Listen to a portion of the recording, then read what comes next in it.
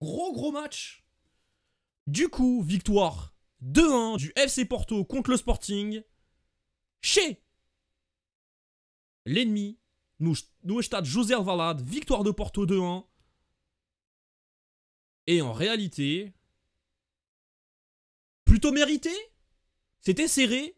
Mais en réalité, s'il doit avoir une équipe victorieuse du match, c'est Porto. Franchement, c'était un bon match de football, les mecs. C'était vraiment un très bon match. Ça fait longtemps.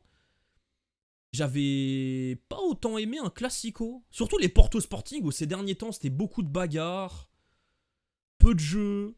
Là, il y avait beaucoup d'intensité. Il n'y avait pas beaucoup de fautes. C'était franchement gros match. Et même je vais dire gros match des deux équipes. Hein.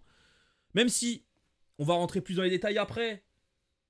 Où Porto quand même était un petit peu supérieur. Pas forcément dans le collectif. Enfin dans le jeu précisément. Où je trouve par exemple en première période. Il y a eu une première période pour Sporting qui a très bien démarré les 20-25 premières minutes. Ensuite c'était plus Porto qui a très bien terminé. C'était assez équilibré en première période. Mais malgré ça, comme je dis, pour moi Porto méritait un peu plus. C'est que c'était Porto avait les plus grosses occasions. Même dans le temps fort de Sporting. Il y a eu le poteau dès les premières secondes. Il y a eu Froholt, l'incursion en première dans la surface. La frappe de, je sais plus, je crois que c'était encore Froholt. La frappe contrée Doumland qui prend un contre-pied Rui Silva, mais ça rase le poteau. Rodrigue Mor, à toute fin première période, qui, je crois, ça touche la transversale, ou ça l'effleure en tout cas. Sporting, il y a eu un ou deux coups en contre-attaque, mais je trouve Porto quand même, il y avait beaucoup plus d'occasions. Et en deuxième période, c'était moins clair ou linéaire qu'en première période, où il y a eu des temps forts un peu partout pour les deux équipes. Mais le premier but, c'est Porto. Le deuxième but, c'est Porto. Ils mettent les deux premiers buts. Sur un premier but d'ailleurs, c'est signé. J'allais dire Anselmi. C'est pas Anselmi. Signé Farioli. Et ça va être une bonne transition avec ce que je vais dire. D'ailleurs, d'abord, je commence par la construction du premier but.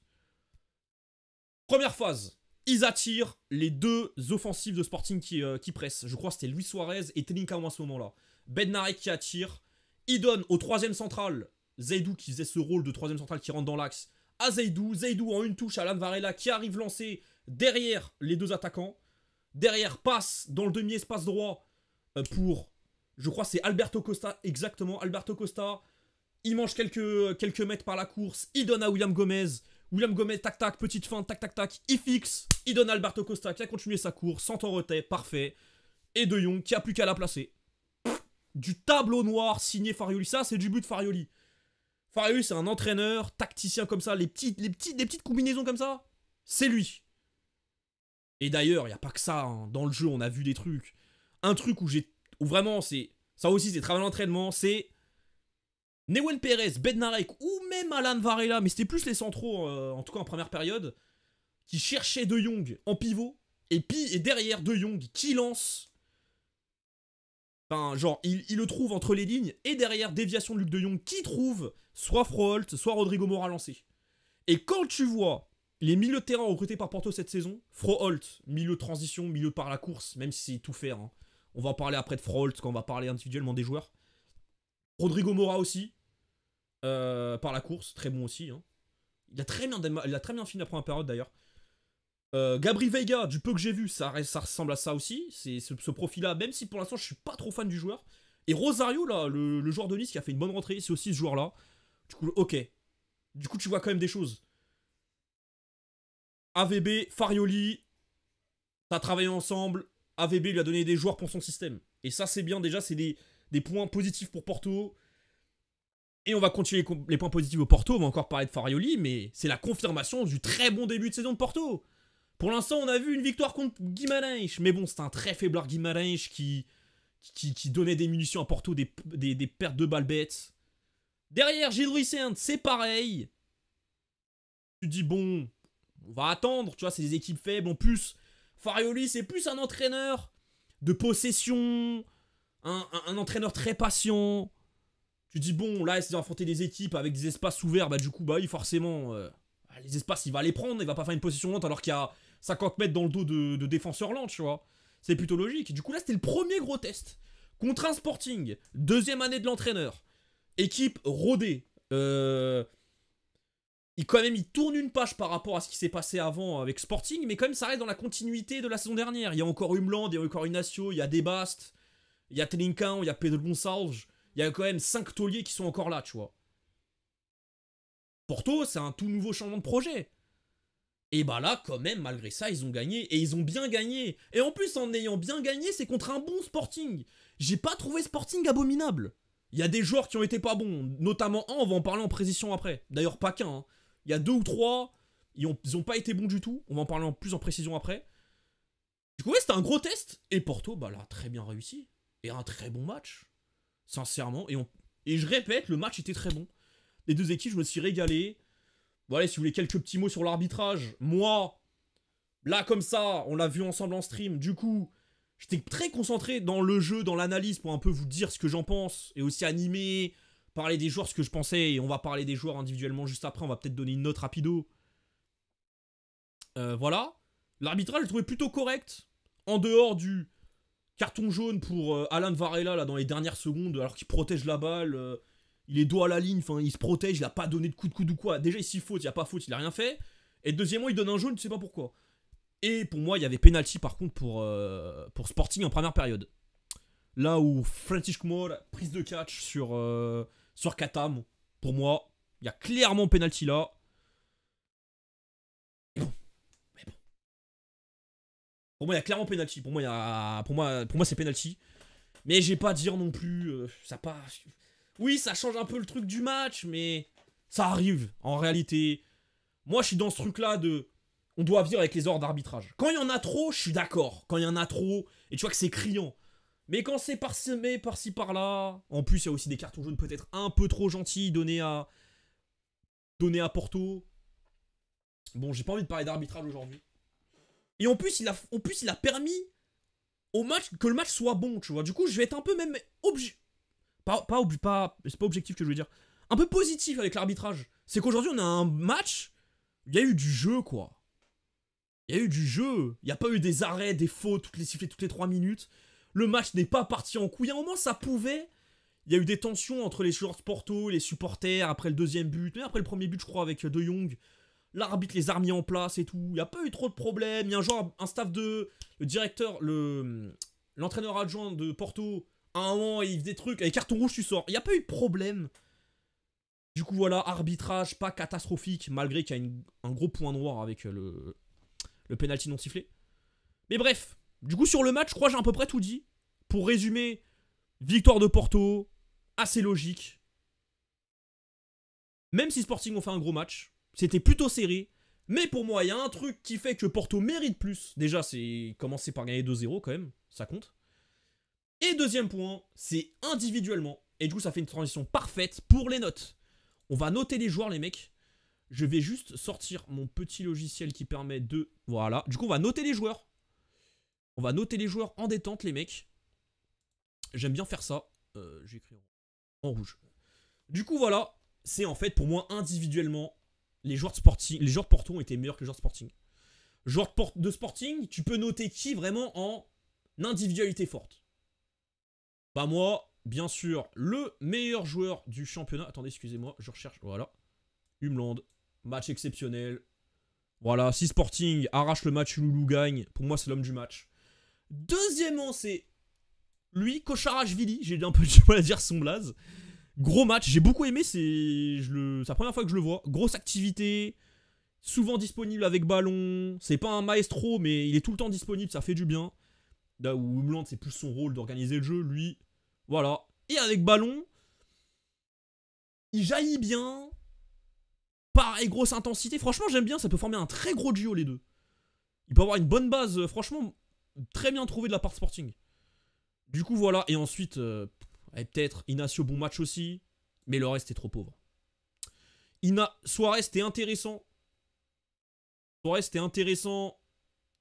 Mais des fois un peu bébête. Un peu trop. Je tirais. Je vois les cas, je fais que de tirer. Du coup, ouais. Allez, je donne une note, je donne 5. Trincão, pote, c'est deux tauliers, ou plus c'est deux tauliers offensifs. Pour moi, ils sont complètement passés à côté. Sporting, tu fais le même match, et t'as Trincão et pote qui font un gros match. Je pense qu'ils gagnent le match. Du coup, pote, je vais lui donner 3. 3 parce que au moins, il y a eu des situations. Mais il les a complètement loupées. Et d'après, dans le jeu, il était pas bon, mais au moins, les situations, comme j'ai dit. Trincão, je vais lui donner un 2 parce qu'il était invisible, en plus, il a rien fait. Même s'il a bien terminé en cherchant la balle plus bas. J'ai préféré dans son rôle de limite de troisième milieu de terrain où il était plus bas, il faisait avancer le jeu, il allait chercher la balle dans le terrain, il faisait par la course, du coup, il faisait avancer le jeu. Kata m'a bien démarré, mais ensuite, pas grand-chose, je donne 3. Dorishashvili, je lui donne, allez, 7. Humland, 8. De toute façon, lui, Humland, il n'y a pas un match où c'est moins que 8. Fresneda, neutre. On va lui donner 4. Mengesh, grosse activité, il se fatigue pas et tout, mais dans les choix, dans les derniers mètres, c'est catastrophique. Et défensivement, il commence très mal, des pertes de balles toutes deux. Inacio, je donne 7 aussi. Debast, 6. Rui Silva, 5, la moyenne. Peut-être 4, il a pas fait d'arrêt non plus. Allez, je lui donne 4. Et là, par contre, côté Porto, va bien mieux noter. Bon, par contre, Diogo Costa, je lui donnais 5, la moyenne. Alberto Costa, gros match. Si je dois faire un top 3 des mecs d'hommes du match, bon, forcément, Gomez en 1, je lui donne la note de 9. Voilà. Homme du match. Deuxième, Frolt, 8. Gros match, l'activité. Et en fait, moi, c'est un mélange de... C'est un joueur qui, comme j'ai dit, arrivé lancé, joueur par la course, il est très bon. Mais il est aussi très technique. Fin de corps. Je démarre une course, en fait, non, je me retourne. Et du coup, franchement, très bon et très intelligent. Bon balle au pied. Franchement, je suis fan. Pour l'instant, c'est ma recrue préférée de Porto. C'est très fort. C'est peut-être le meilleur joueur du championnat depuis le début de saison. Voilà, je dis les termes. Ensuite, Alan Varela, bon match. Je lui donne 7. Du coup, ouais, Frolt, homme du match, Gomez. Deuxième, Frolt. Et troisième, Alberto Costa. Pour moi, tout le côté droit, là. Et lui, on va lui donner 7,5. Très fort. Ensuite, Newen Perez, pareil, 7. J'ai trouvé très solide. Bednarek, un peu moins, je lui donne 5. Mais Newen, ouais, pas mal de sauvetage et tout ça. Gros match. Mo, là, moi, j'ai aimé. J'ai pas compris son changement. Dites-moi dans les commentaires s'il y en a qui sont d'accord avec moi ou pas. Mais j'ai pas compris. J'ai bien aimé. Voilà, 6, même s'il aurait dû avoir un penalty. Allez, je donne 6,5. Moura, je lui donne 6. Il a bien terminé la première période. Malheureusement, au début, c'était pas ouf. En deuxième période, un peu disparu. De Jong, il marque le but. Du coup, je lui note 2,6. Sinon, j'aurais mis 4. Et Sens, vas-y, je lui donne 5. La moyenne m'a pas crevé l'écran. J'ai pas trouvé ça dingue. Du coup, voilà, les mecs. La note des joueurs. Du coup, MVP en 1. Voilà, c'est lui. En 2, c'est Frolt. Troisième, allez. Bland. Et quatrième, Alberto Costa. Et allez, top 5, Newen Perez. Voilà. Pour moi, la note des joueurs. Et allez, on va terminer avec les changements. Petit mot pour les changements. On va aller voir ça. Alors. Il y a pas mal de joueurs que j'ai découvert. Vagianidis, j'ai découvert aujourd'hui. Très. Comment on dit ça? Ouais, pas prêt. Il est pas encore prêt. Après, je sais pas, il a quel âge, le frérot?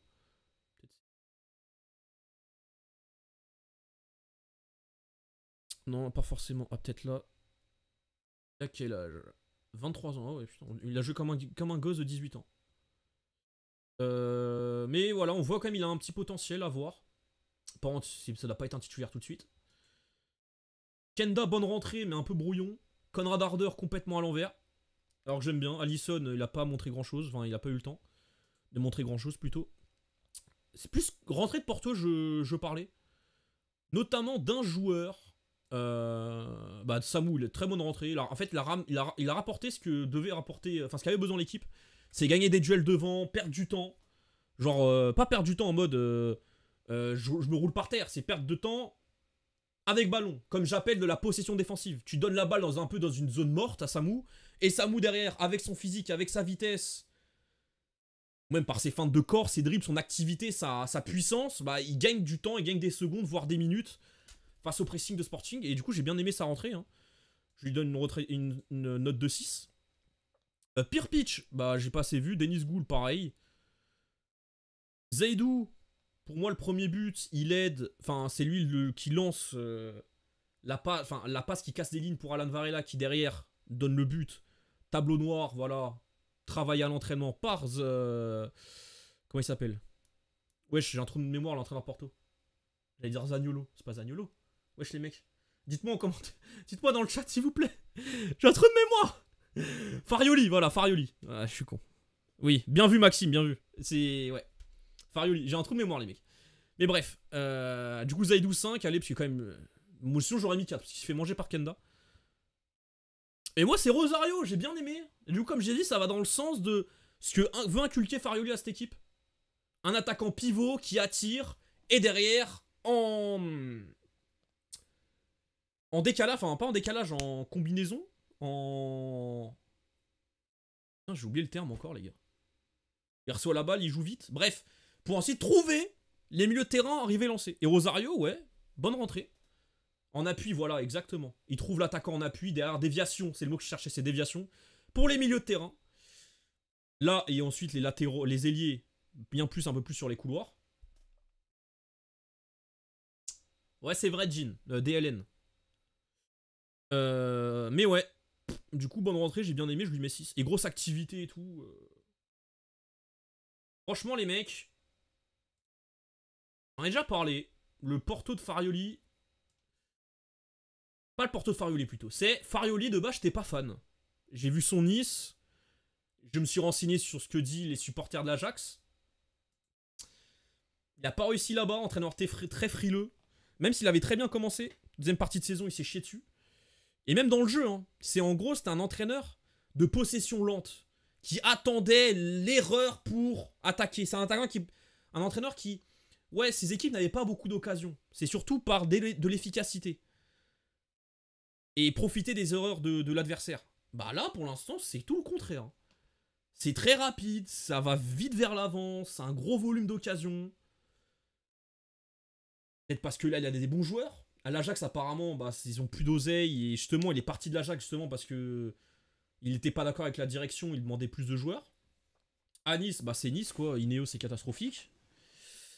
Peut-être là, ça va être sa vraie première équipe où il y aura sa patte. Et pour l'instant, bah, franchement, il me fait un peu fermer ma gueule. Et le mercato, pour l'instant, Porto, bah je vous ai dit, hein. Froll, c'est très fort. Sens, malgré que je suis pas fan, c'est quand même bon. Y a qui d'autre? Bednarek, pour l'instant, c'est un bon début de saison. Ils ont acheté Kivior. Je suis pas. Il a un cran en dessous de Saliba et Gabriel. Hein. Quand ils sont pas là, les gars, on sent. Hein. Mais vraiment, c'est à descendre 8 étages. Mais un mec qui s'est entraîné avec ces joueurs-là, qui jouait à Arsenal, qui vient dans le championnat portugais, ça peut faire crack, sincèrement. Ensuite, pour continuer les recrues, Alberto Costa, gros coup de cœur, il fait un gros début de saison et j'ai beaucoup aimé aujourd'hui. Pour moi, ça a été l'un des meilleurs, encore une fois. Et De Jong, bah, il marque, il fait son job. Et peut-être là, je le sens pas à 100%, ou alors c'est ça, je sais comme ça, il est vieux. Mais bon, quand même, plutôt curieux. Rosario, intéressant. Voilà, je crois que j'ai cité un peu tous les mecs qu'ils ont achetés. Hein. Et franchement, bah... Pour l'instant, j'ai l'impression qu'il n'y a pas un mec où tu te dis « Ah, bizarre !» Du coup, ouais les mecs, cette année, il y aura bien une lutte à 3 pour le titre. Ah là, c'est sûr à 100%. J'avais pas trop de doute non plus, mais là, c'est la confirmation. Là, ils ont tapé fort Porto, sincèrement, pour être très honnête. Ils ont gagné un bon Sporting. En fait, ils ont gagné... Tu dis, gagner un Classico, tu vois, ça arrive même pour des mauvaises équipes. Des mauvais Porto, des mauvais Benfica, des mauvais Sporting ont déjà gagné contre des Classicos, tu vois. Mais là, je trouve que Sporting était en place. C'était un bon Sporting. En année 2, sous un nouvel entraîneur. Avec un entraîneur. Là où Porto démarre un nouveau projet. Du coup, ouais, ils ont frappé fort. Il y a eu 4 matchs pour l'instant dans le championnat portugais, hein, je ne me trompe pas. Ça fait pour l'instant, du coup, un 9 sur 9. 12 sur 12, il y a 4 matchs, 4 victoires, pardon. Du coup, pour l'instant, ils sont sur un 12 sur 12. Ah d'ailleurs, Family on démarre bien, putain. 3 victoires, 1 nul. Et voilà, du coup maintenant, demain, Benfica de confirmer contre Alverk. Bon, on devra quand même gagner ce match. Alverk à demain à 19h. Un peu le seum de l'horaire, je vous mens pas. Il y a 17h30, il y a Arsenal-Liverpool. Je voulais faire un stream un peu comme maintenant pour Arsenal-Liverpool, mais bon, ça chevauche à Benfica, je vais pas le faire. Demain, il n'y aura pas de stream. Du coup, voilà. Je crois que j'ai un peu tout dit sur le match, les mecs. Vous avez peut-être des choses à rajouter. Mais bref, du coup, en tout cas, le débrief sur YouTube est plié. Voilà, n'hésitez pas à vous abonner sur mon YouTube, lâcher un petit pouce bleu et lâcher ce que vous en pensez du match en commentaire. Du coup, voilà.